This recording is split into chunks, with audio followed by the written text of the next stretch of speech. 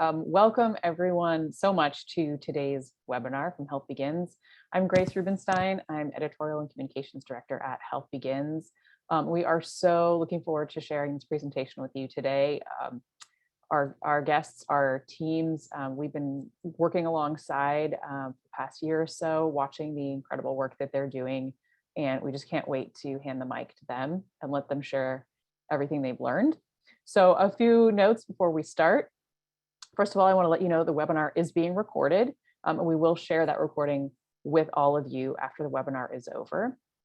Secondly, all of your lines as participants are on mute, but we really want this to be a vibrant dialogue. We're saving room for a Q&A at the end. So if you have a question for us, you can enter it anytime. You don't have to wait for the Q&A. Just use the chat window. In fact, we're going to try a little test right now. We want to make sure that when you send your chat, it's set to send to everyone so we can all be a part of the conversation. So please take a minute right now and pop over to your chat window. Make sure it is set to send to everyone. And would you please just tell us what your organization is and where you're logging in from today? It'd be great to see where everybody is. I will demonstrate right here. Hello, everybody from all over. Fantastic. So this will be a 1-hour presentation, including the Q&A dialogue time.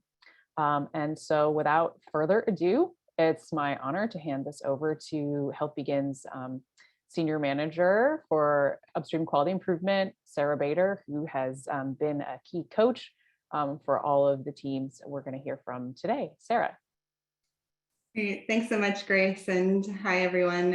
Again, as Grace mentioned, I'm Sarah from HealthBegins, and I am so honored and so humbled to serve as the host for so many of you during our webinar today. We had nearly 1,000 of you register, which I think is just a testament to the prioritization of centering racial equity and social needs interventions that's happening in the field. And with so much interest, it is my hope today that this conversation is merely just kind of a tip of the iceberg conversation.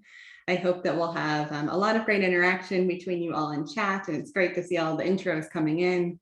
I will do my best to surface questions from you all during the fireside chat kind of Q&A portion that we'll have later on.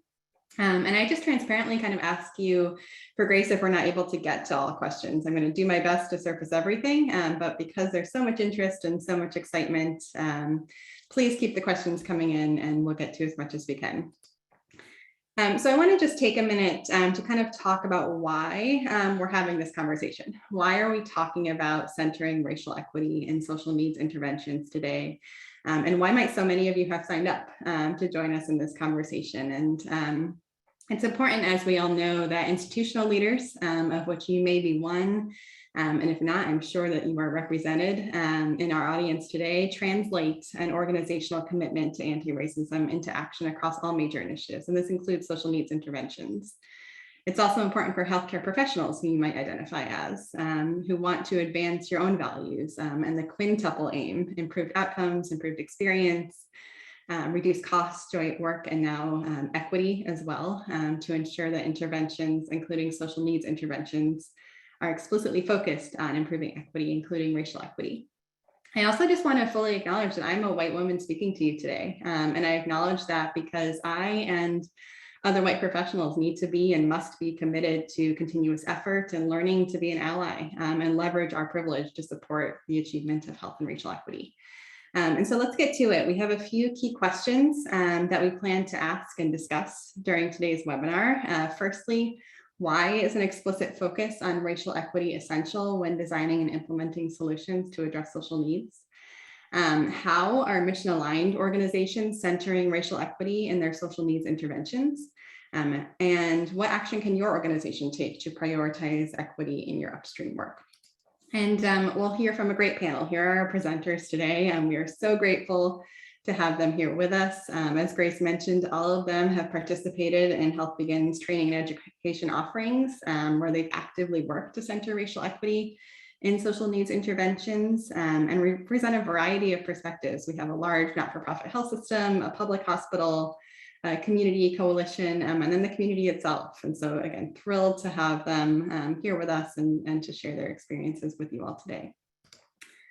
So before we get into those presentations, I want to just take a minute to ground us in the mission of Health Begins, which you can see on this slide. And so our mission is to drive radical transformation in health equity by helping courageous leaders like all of you in healthcare, community, and public health partners move upstream. And by moving upstream, we mean to improve the structural and the social drivers of health equity for patients, communities, and society. And so today's webinar is focused really just on one specific component of advancing the mission of Health Begins, centering racial equity and social needs interventions. And as we're talking about this, a shared understanding of terms, I think, is important. And so I want to take just a couple of minutes to ground us there. And so firstly, what do we mean by social needs? So social needs are the social risk factors or adverse social conditions that individuals identify and prioritize. So food insecurity, for example, is an individual level social need. Now, social needs don't exist in isolation. They are an individual impact that exists as part of a continuum of social and structural drivers that also include community level social determinants of health. So that food insecurity is in part driven because that individual lives in a neighborhood that is a food desert, for example, as well as societal level structural determinants of health equity, the supermarket redlining that caused that food desert. So today, while we're going to be focused at the top of this pyramid on social needs interventions, you'll hear all of our panelists at least mention change that happens at the community and structural level as well, because we need to be working across all levels to achieve racial equity. So now that we have that baseline understanding of social needs, I want to focus in on kind of the other part of the title of this webinar around centering racial equity and what do we mean by this. And so you'll often hear the terms inequities and disparities used interchangeably, but there's kind of a key nuance that I think is important to call out. So disparities are differences. Disparities exist. They will always exist just due to natural, biological, or behavioral differences between people. Health inequities, however, shouldn't exist. Health inequities are health disparities that are unfair and unjust. So race, for example, is not a biological or behavioral difference. It's a social construct. And so we want to undo those inequities. We want everyone to have the opportunities and the resources they need to be as healthy as possible and not be disadvantaged due to social circumstances or policies. That's what health equity is. And we can't center health equity without centering racial equity. They're linked. They're inextricably linked because structural racism has systematically denied opportunities and resources and disadvantaged people based on race. But work is being done, and we will hear about that today. We'll hear examples of how organizations are centering racial equity in their social needs interventions because equitable interventions are more effective interventions. If we want social needs interventions to have the most impact, we need to identify and address those inequities. And so again, here are the questions that we hope to answer today. Please engage with us in chat. And with that kind of grounding done, I am excited now to pass this over to our panel, and we will start with Dan Behrens, the Manager of Population Healthcare Delivery at Allina Health in Minneapolis, Minnesota. So Dan, over to you. Yeah, thank you for having me. Next slide, please. So Allina Health is, as Sarah mentioned, a large healthcare system located in Minneapolis, Minnesota. We have over 100 care delivery sites spanning across central Minnesota as well as into western Wisconsin. And we are one of the fortunate organizations who's been selected by CMS to participate in the Accountable Health Communities model. So majority of the data and context I'm sharing today is really tied to our learnings from screening and supporting the health-related social needs of Medicare and Medicaid patients through that model.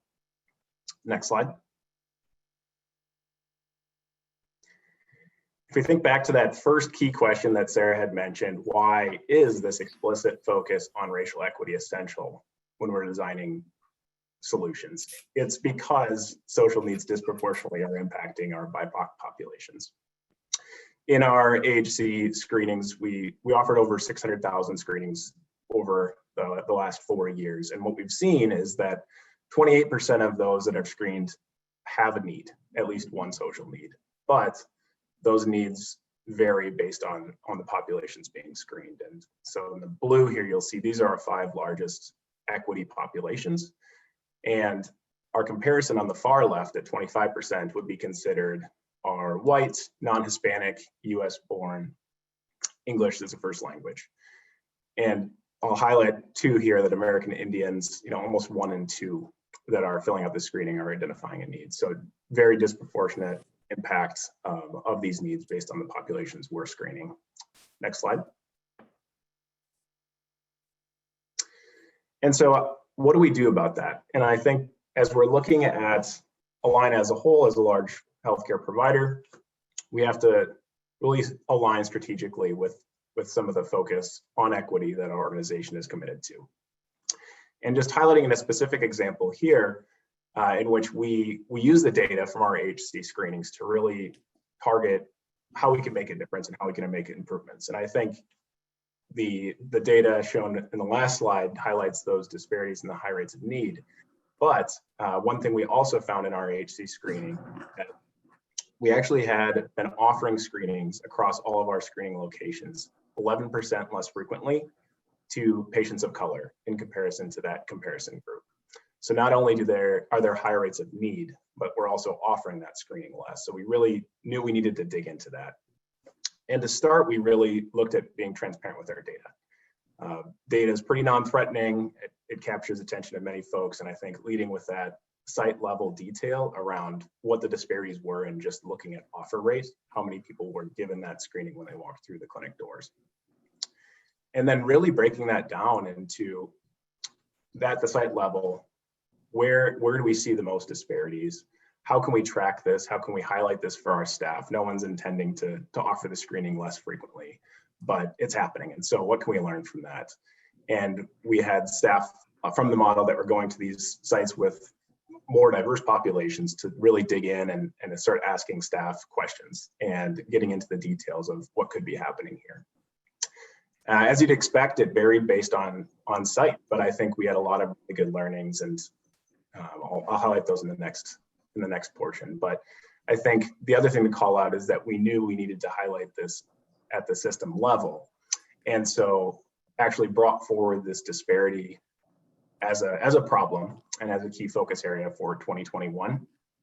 Built that into our system scorecard, so there were some shared accountabilities and opportunities for that alignment in the organization. And then we also really worked to partner with culturally specific organizations in the communities we were serving. Through that, we actually were able to hire a few community health workers in our most diverse sites that were more reflect the population that's coming into the clinic. And then we also partnered with those community organizations to develop training and tools that would really be culturally specific and could lead to some actionable difference. Next slide. So the good news is we saw improvements. The largest disparity you actually noticed in kind of the very early stages of COVID in April, May of 2020, we were seeing almost 15% difference in that offer rate. And with this focus, with this data transparency, with these focus conversations, we actually brought that disparity down to less than 5% in the end of 2020. And as you can see in that bullet below, 68% of our equity population were offered the screening in 2021, and we maintained that less than 5% difference. Next slide. And I'll just briefly go through a couple other initiatives around health equity that Align is focused on for 2022. One being really looking at our Native American population. As you saw, almost 1 in 2 with needs. We're also seeing very high rates of readmission in that population.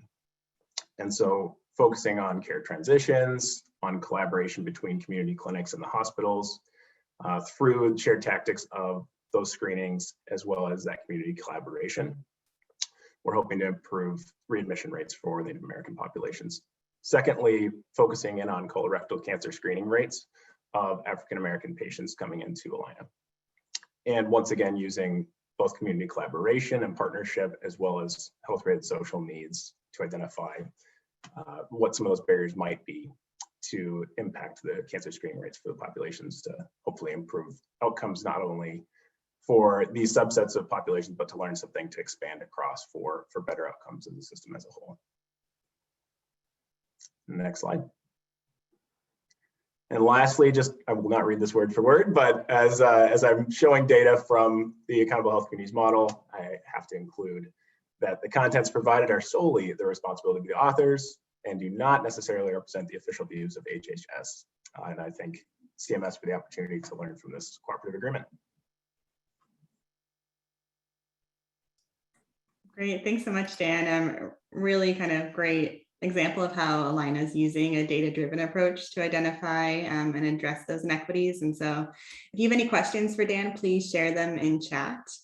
And I'll keep us moving right along. And so up next is Natalie Harper, who is Community Health Advocacy Initiative Manager at Metro Health in Cleveland, Ohio. And Natalie leads not one, but now two teams in HealthBegins social drivers of health equity learning and action collaborative. And so Natalie, my pleasure to pass this over to you.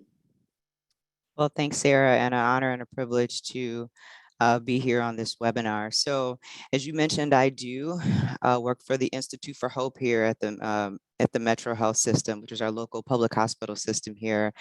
And the Institute for Hope is really Metro Health. So if I could just give a quick word about the Institute for Hope, it is really Metro Health's commitment to addressing the social determinants of health. And so it stands for, health through opportunity, partnership, and empowerment.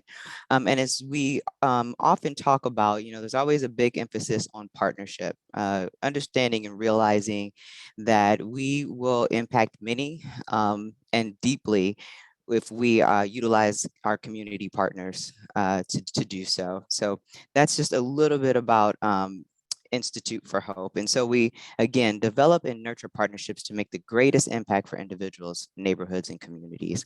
And one of the ways that we are partnering is through the Unite Ohio Network, which we could talk about more in the Q&A if anyone is interested, but it is our public referral system that allows not only community-based organizations to partner with us in the work and refer out to, but also it empowers them to refer to one another. So again, the Institute for Hope, you can go to the next slide. And so you mentioned that we have, Sarah, that we mentioned that we're working with HealthBegins on 2 learning collaboratives.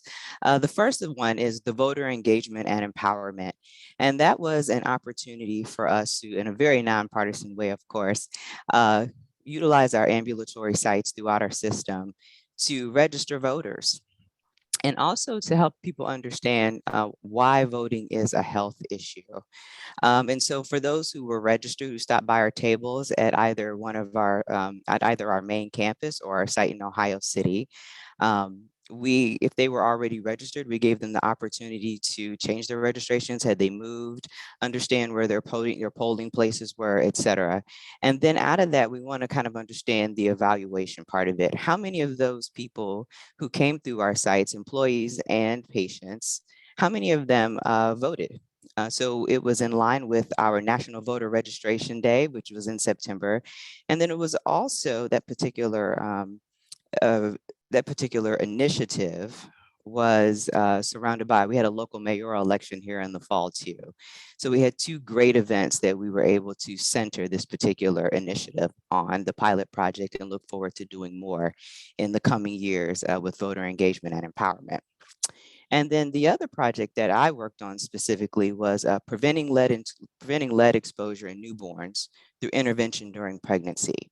And so the goal of this project, again, a pilot that we begin next week, I'm really excited about, but the goal of that project is to understand the living environment or the home environment of expectant mothers. And so that by the time that they deliver their babies, that they are going home to a lead-free environment.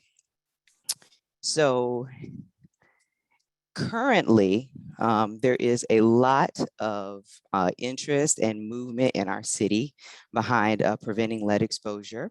And so, and focusing on prevention. And this is the way that we do that. Prior to this, it actually took for a child to be exposed to trigger resources to help these families. And so now the goal of this particular project that we're piloting in the OB clinic, we really want to educate, screen, provide an intervention if necessary, an inspection, and help resolve any lead triggers or any environmental triggers in the homes of expectant moms. So we can go to the next slide.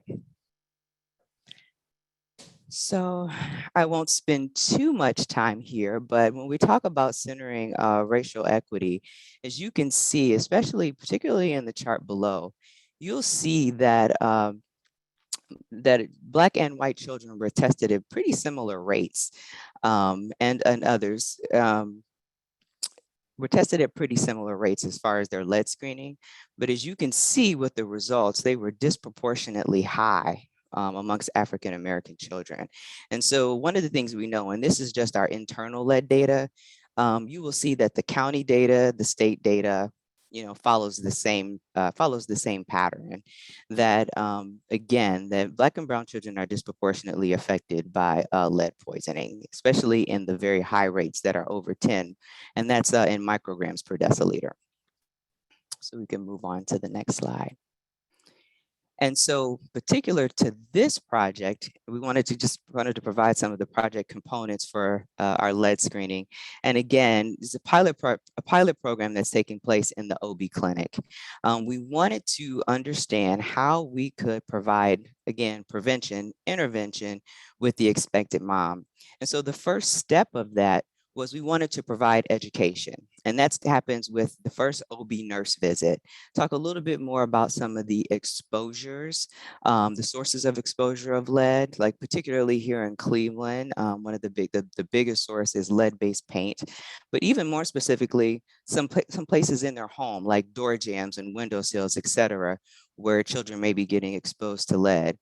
Oftentimes looking at the effects of lead exposure, it will show up during the school age, though children are exposed in their infancy.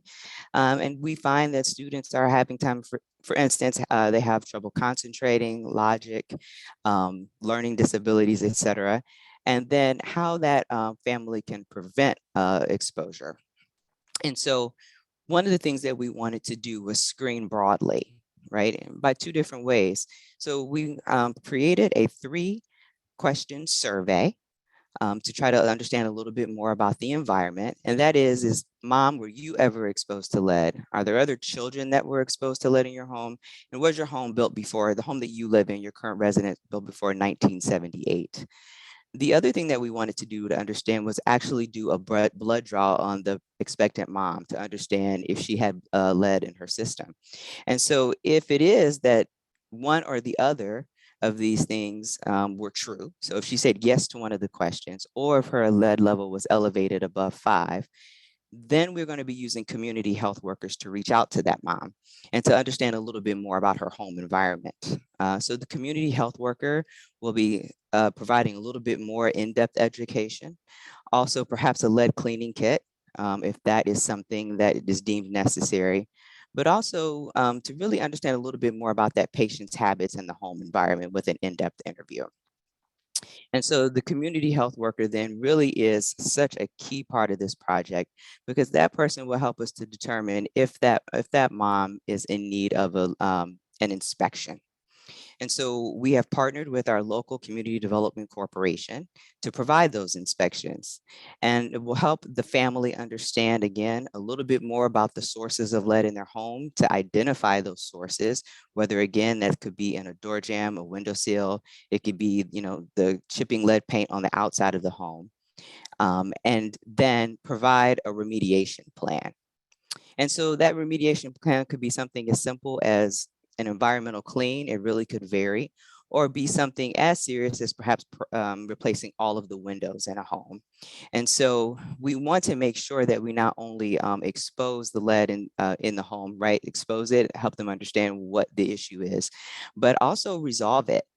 And so we are committed to helping that family connect to internal and external resources that can help provide the resolution to those problems. And so again, overall, the goal of this project is to ensure that every baby born at Metro Health goes home to a lead-safe environment. Next slide, back to Sarah.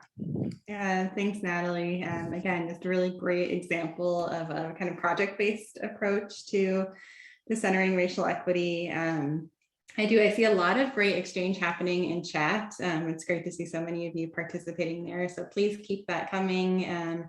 Dan, thanks for responding. I'm sure I can speak on behalf of Natalie that she'll respond to questions in chat as well. And again, we'll get to questions after our next duo of presenters. And so coming up next, last but not least, is that duo from Greenville, South Carolina. And so we have Susan France, who is the Food Security Director at Live Well Greenville, and Mata Crawford, a community advocate who served as a consultant and advisor to Live Well Greenville.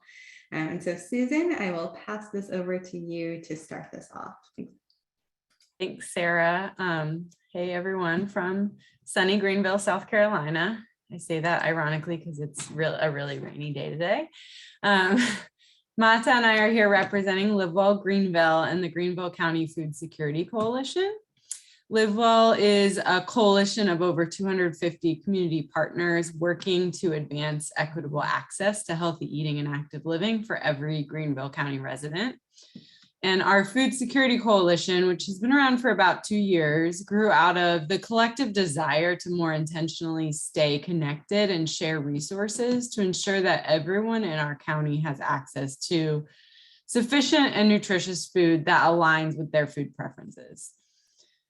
I want to start out by making sure that you all are aware that I am in no way at all an expert on community engagement, and I'm learning something new every day, and am so humbled to have Mata Crawford here with me now and throughout this whole entire journey, guiding our work. As a coalition, we've been trying to figure out how to do a better job of amplifying community power and centering community voices in our work. Looking around at our work group meetings and our committee meetings, most of the folks sitting around at the table are representing an agency or a nonprofit and have not been directly impacted by food insecurity.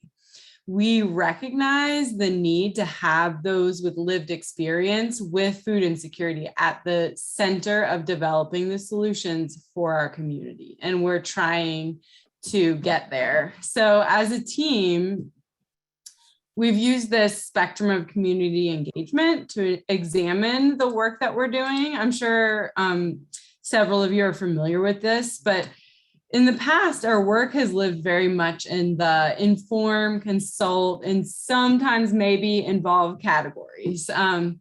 And we've been strategizing to try to figure out how to move further down this spectrum and transfer power from what we like to call the agency folks or professionals to community members who really know what's going on in their community and what the best solutions are.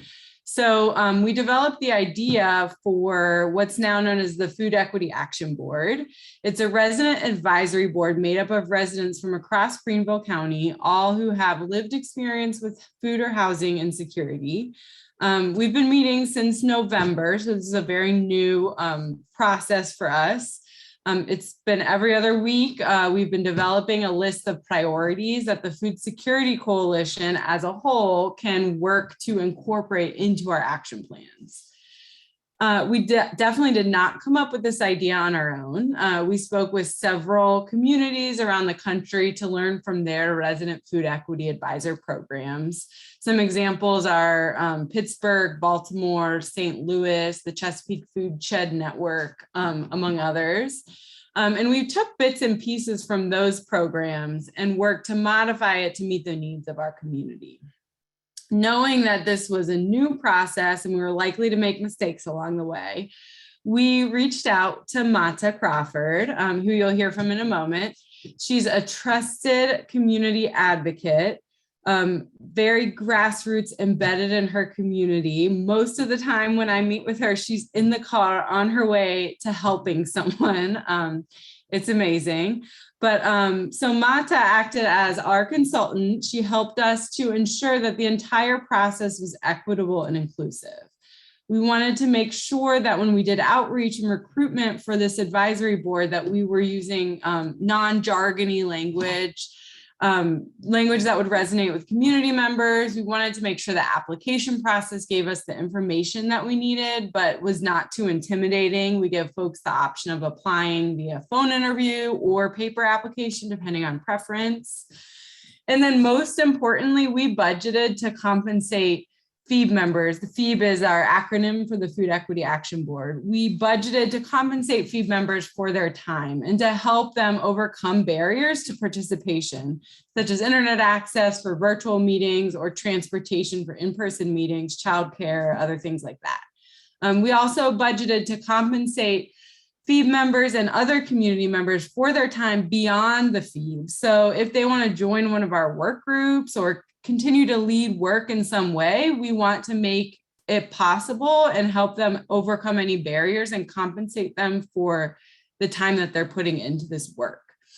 So we ended up with 14 amazing board members, all have lived experience with food or housing insecurity. We worked to select a very diverse group looking at race, age, gender, sexual orientation, language, and geographic location, especially because Greenville is a really big county and it has an urban center, but is very rural in the outer parts of the county.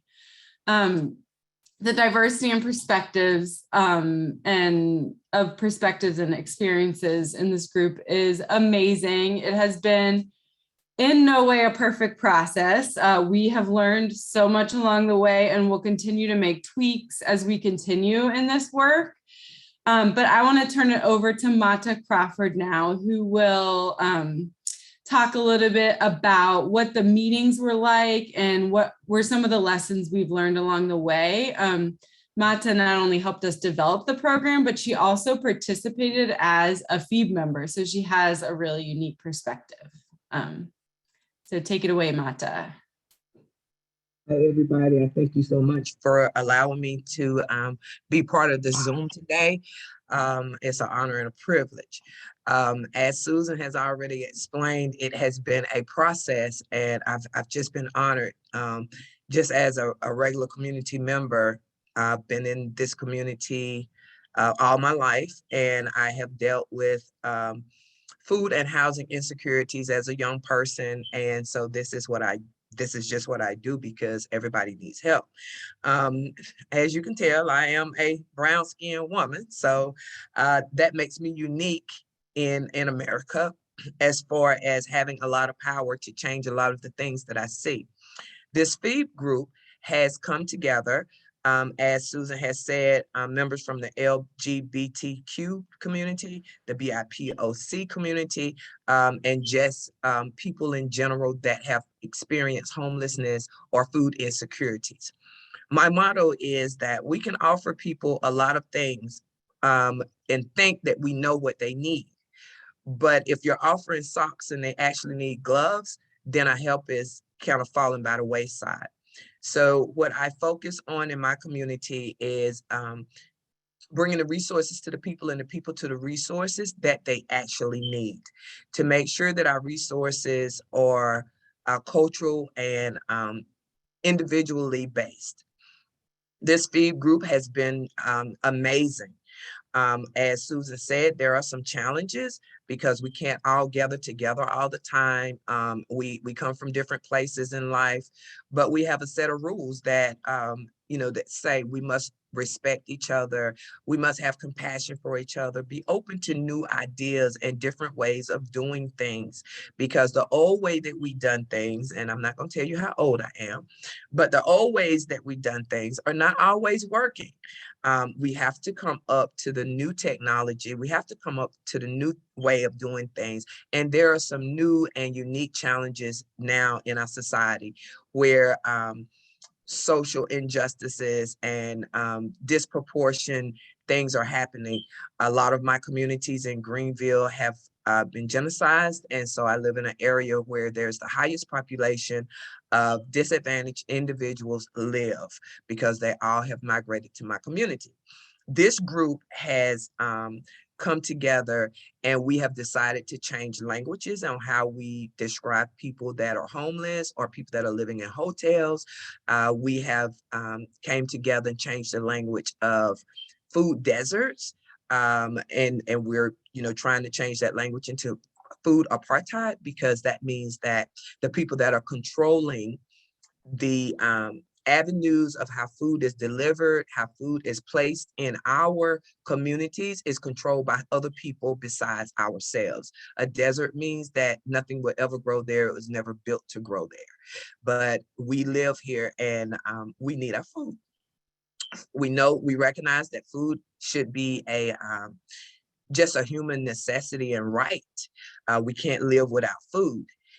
Food connects to everything else in our life, because if we're not able to access healthy foods, we're not able to be healthy, we're not able to go to jobs, we're not able to think about housing. When you're constantly thinking about feeding your family or feeding yourself, for that fact.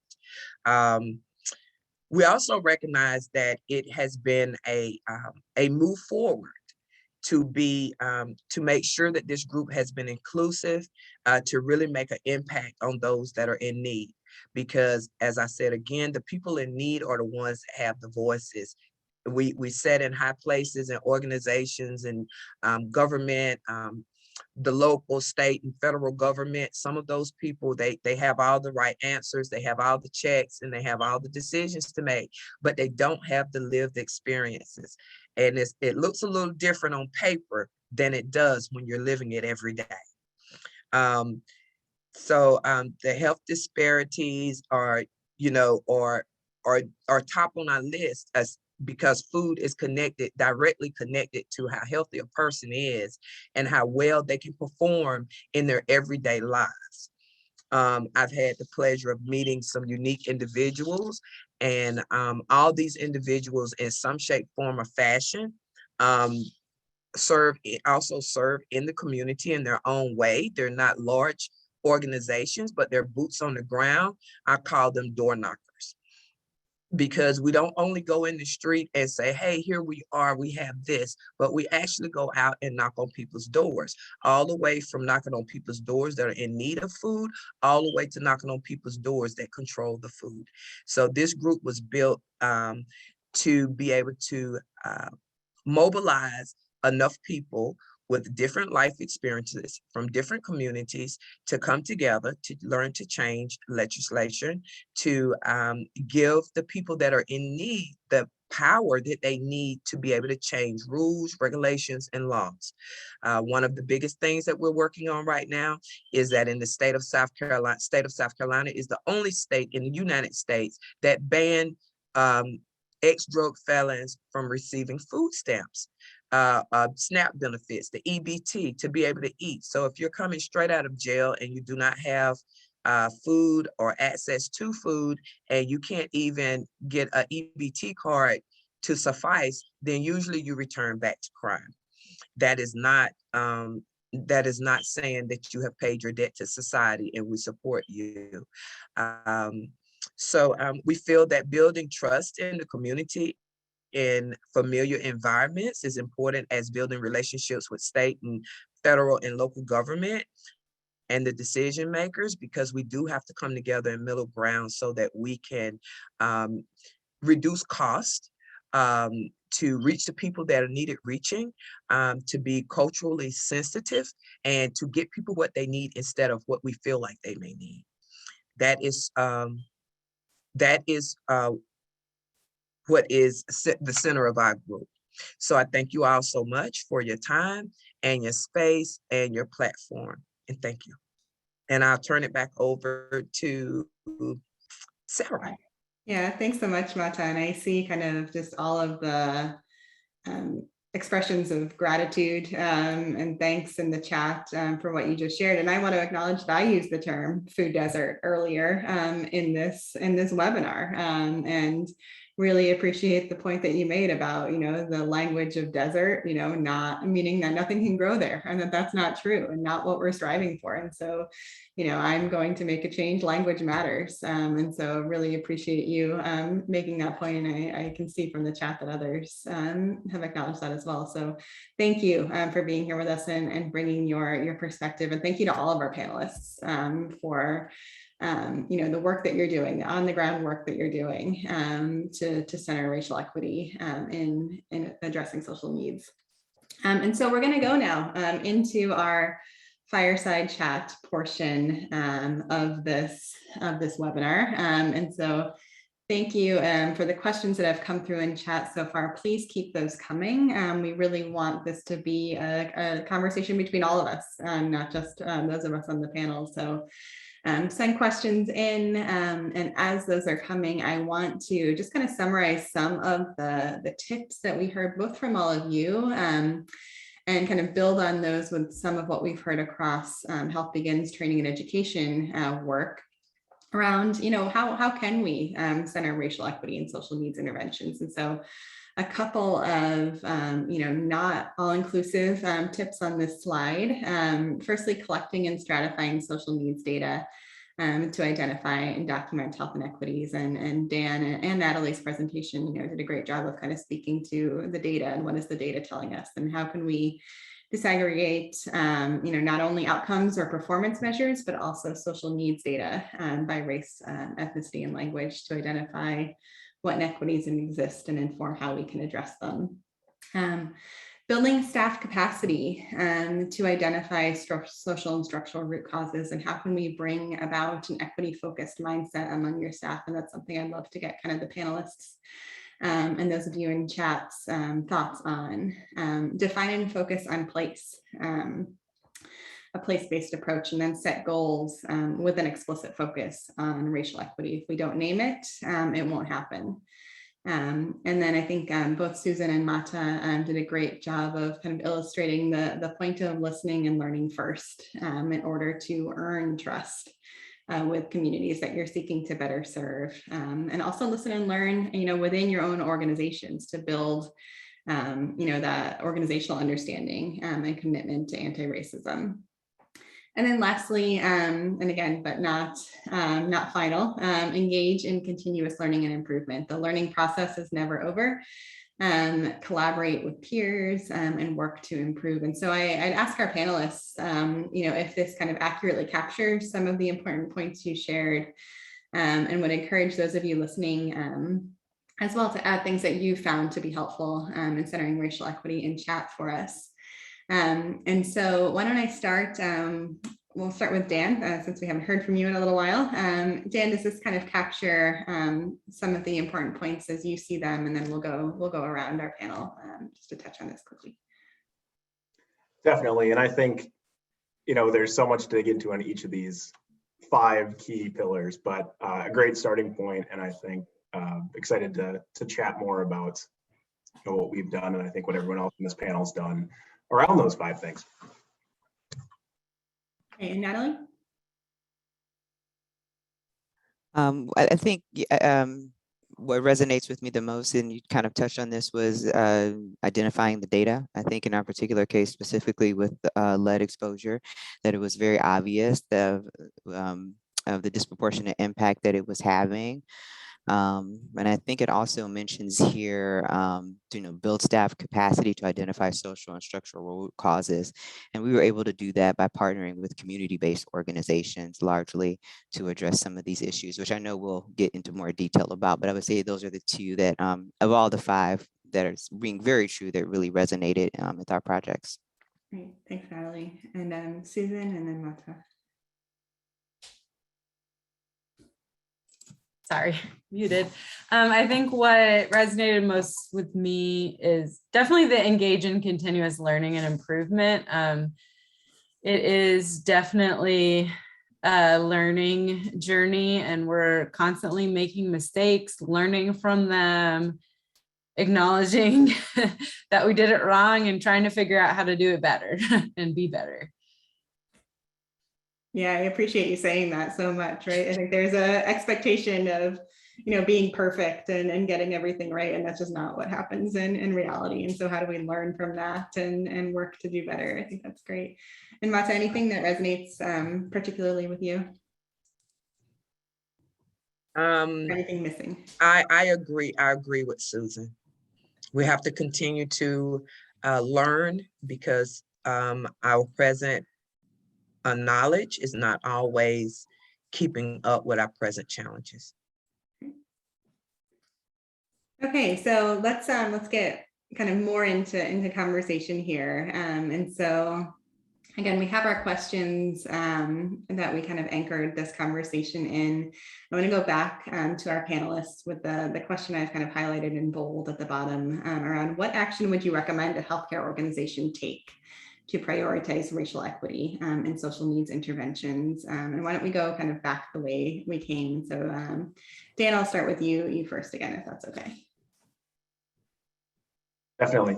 Yeah, so obviously I spoke a lot about the data, and I think that's really important as you're starting to gain momentum in this space, to not only be able to capture that data, but to be able to speak to the differences that you see in that data. And I think really also knowing that baby steps are steps, and that this is going to take a lot of time, a lot of improvement. We're going to learn a lot, but it's just focus on one disparity, start somewhere, and you can build a lot of momentum pretty fast. You'll also notice, I think, that there's not a one size fits all solution for anyone. And even in the panelists today, and even across our organization, you see different needs for different populations, different communities. And so I think it's really important to really listen and to dig in at the site level or at the community level, so that you can fully capture the needs of that group and what will work for them. Thanks, Dan. Natalie, anything to add or build on to that? Yeah, I really echo those sentiments. I mean, again, I think follow the data and follow people. If I guess if I had to say anything, to really understand, what the issue is, and the disparities or the inequities around them is very helpful. And then you can understand that also even further, and how these things play out practically by talking to people, and being certain that, and I've had to ask myself this many times as we think about these health collaboratives, like are all voices represented as much as possible around these tables as we attempt to address whatever the issue may be.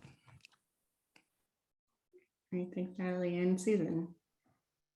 I would say get yourself connected with the door knockers in the community. You don't really know what's going on until you start talking to folks. And so find yourself some Mata Crawford door knockers who are getting out there and, doing the grassroots work, so that what's going on, why is there mistrust, what can we do to overcome those barriers, really take the time to talk to folks. And last but not least, Mata, any advice or tips or actions you might recommend a healthcare organization take? Yeah, I'm just plain simple and straight to the point. I remember when the nurse would come to the door, and now everything is, boxed.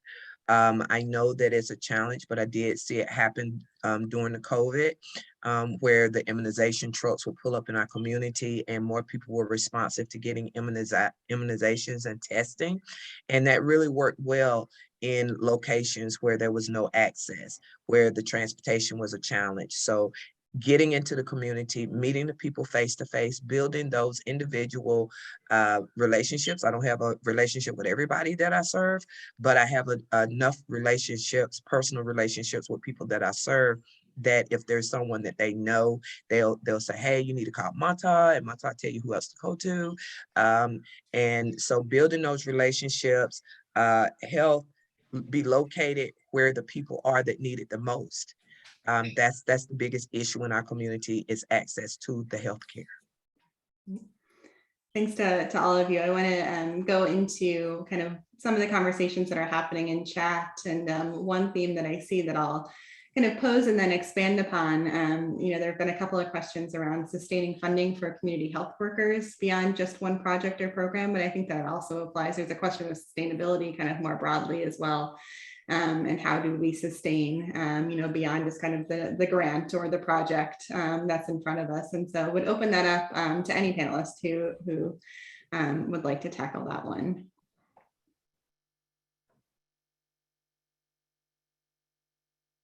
It's $1 million question. I think with the CH, I can't speak specifically to CHW sustainability, because we're not billing for CHW visits right now, and we don't have certified CHWs in all across the board. But I think in terms of the sustainability, I think it's really it's using that momentum to build into some of the conversations at the state, local level, to really say this is a needed position. This is a way that we can hire staff and support communities that we're very involved with. And I think, just speaking to a theme that we found in our interviews at some of our sites with the largest disparities and gaps, we're interviewing staff that are, predominantly white in communities that are not. And I think that trust and that language and the listening from those that are a part of that community, that is the number one thing to build off of here. And I think working with payers, working with, within your value-based contracts, if you're a healthcare system, pursuing grants. I know it's really hard with grants because it's kind of the flavor of the day. We're focused on this for 6 months and that for a year, and you keep jerking your focus around. But I think really just trying to pursue as much to show this value and to show the need for CHWs in our healthcare settings. Any other thoughts on sustainability from our other panelists? Natalie, I wonder if I can come to you about kind of sustaining the work done in a specific improvement project, beyond the course of that project.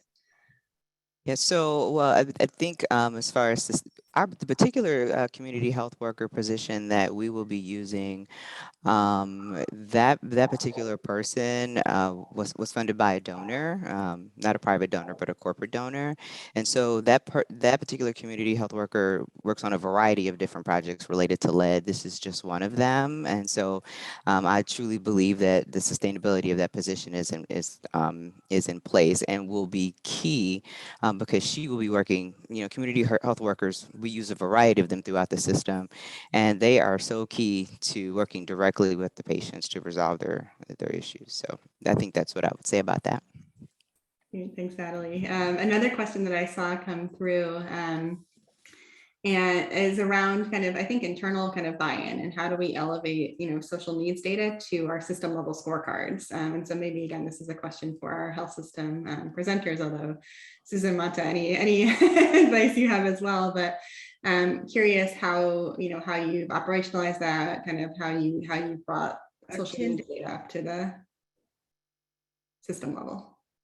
Yeah, so at Alina, we've really lined it under population health. And I think starting somewhere with the cooperative agreement, we were able to show the need.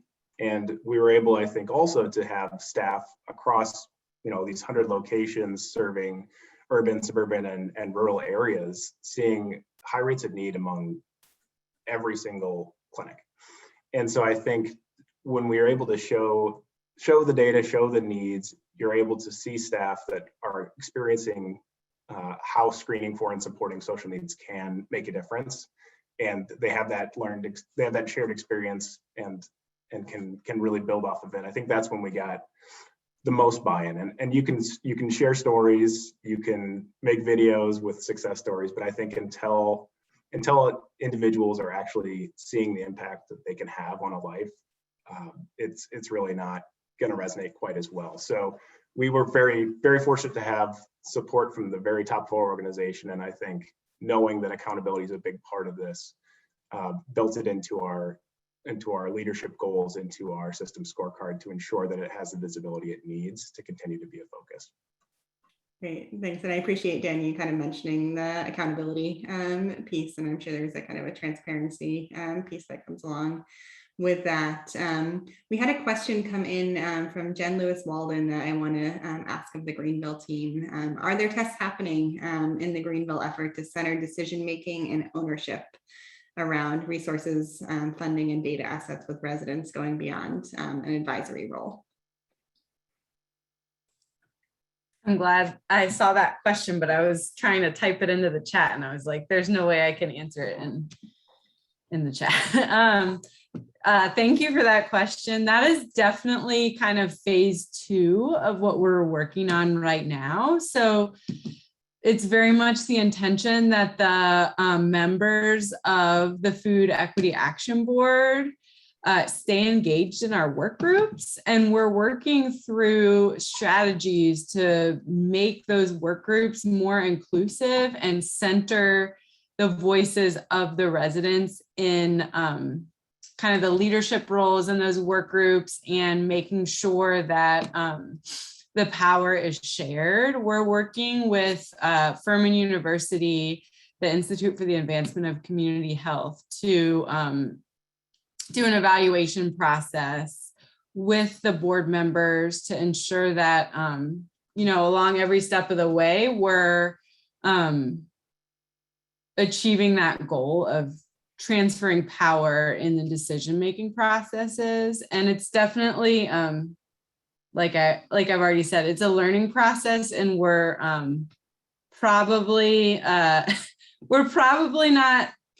doing it perfectly yet, and it's gonna take a lot of tweaks, but we're kind of doing the tests of change, as Sarah taught me, to see what works and how we can make the decision-making process as inclusive as possible in our coalition.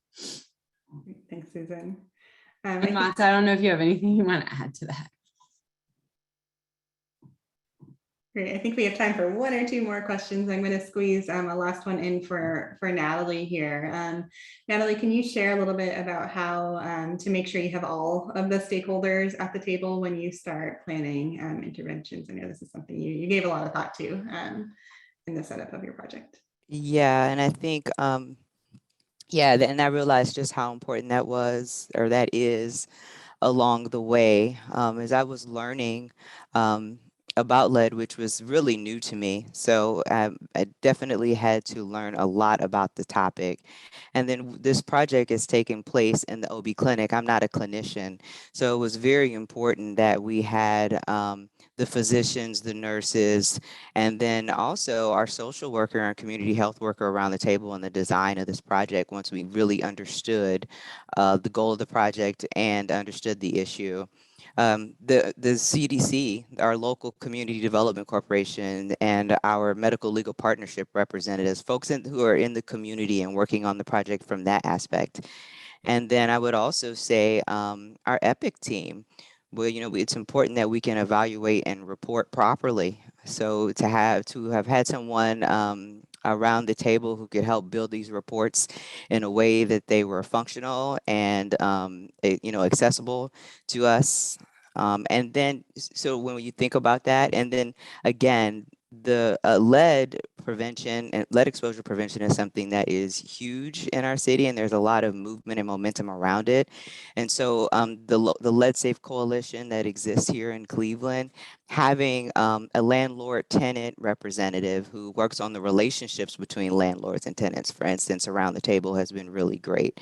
So yes, I would say going into this project and learning, it has been super important to have all those voices around the table, to launch this project and to make sure that all of the things that are in place, are needed, are in place. Thanks so much, Natalie. And in our last minute here, I have one kind of question that came through about language, and it's a question for Mata specifically, and seeing if you have, Mata, any specific language you recommend to use when speaking about individuals experiencing homelessness. The language for homelessness does not always define a person's situation if they're not permanently housed. The government definition does not cover everybody, because I could be bunking on a auntie's couch. I could be sleeping in a tiny house. I could be a resident at a hotel. And those people are not considered homeless. You're not considered homeless unless you're sleeping in a car, at a shelter, or outdoors, or if an organization is paying for your shelter. So the people that are being able to afford or being able to be in other environments at night are considered in my community as transitioning residents, because they are residents of this county. They're residents somewhere, and they're transitioning from their last permanent place to their future permanent place. Thanks so much, Martin. I'm glad we could kind of end on a note of language. And so I will pass this back over to Grace to quickly wrap us up. And I just want to say massive thank you to our panelists, massive thank you to all of you for joining us. And again, just the tip of the iceberg of this conversation today. Seriously, this was so rich and everybody was making great contributions in the chat as well. Really felt like a dialogue among everybody. So thank you so much to all of you for joining, for your great questions, to our panelists. As we mentioned before, we are going to be sending out the recording to everyone who registered. You'll get that in your email inbox. Along with that, we will also send you a quick survey about your thoughts on the webinar. We're always looking to see what we can do better, and we really appreciate you taking a minute to let us know. And finally, this, as Sarah says, is the tip of the iceberg. This is a conversation that's just going to keep going.